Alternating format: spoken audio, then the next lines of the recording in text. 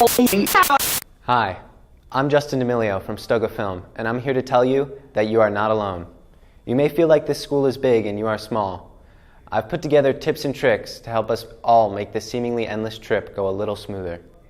We have all been called down to the principal's office at one point or another, whether it was to discuss how we are doing with our counselor or our poor grades or skipping.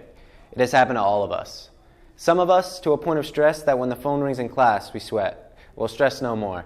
Next time you get called down to guidance, remember these steps. Step 1, be nice. You have to make them feel like you're their friend. Shake their hand, ask them how they're doing. Talk about the weather. Hey, Mrs. Ratza, how are you? Are you happy the weather's finally warm? Yes, I'm really glad after this long winter. Thanks for asking. No one ever does.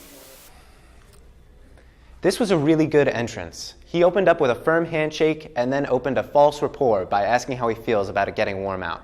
Guidance counselors love that. Fair warning, don't use it too much, especially when it is cold out. Enough from me. Let's see what he does next. Mrs. Ratza, do you have something you want to discuss with me?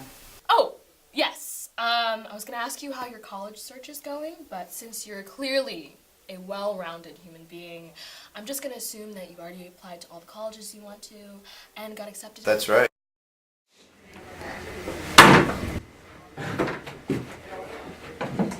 How are you? I'm good. Yourself? Whatever. Do you know why I called you down here today? It's important to go into the principal's office with an even head.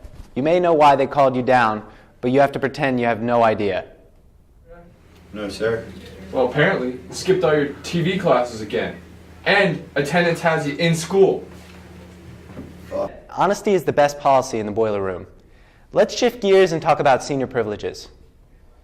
As seniors, you've been allowed to park in the student lot, come late, leave for food, and leave early.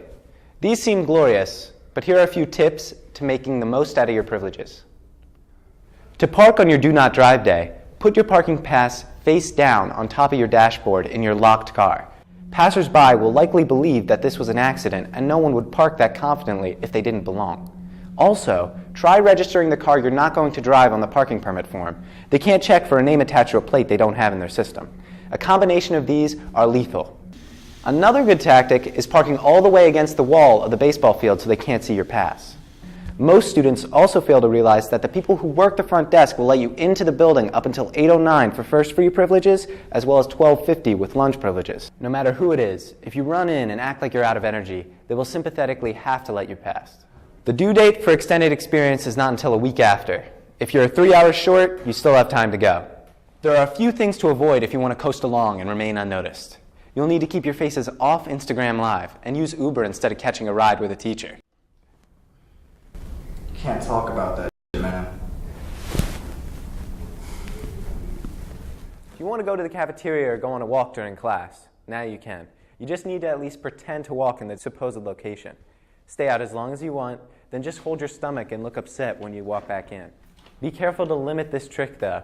Teachers aren't idiots, so they won't believe that your stomach is upset every day at the same time. If you're ever not feeling school, now you can leave whenever you want.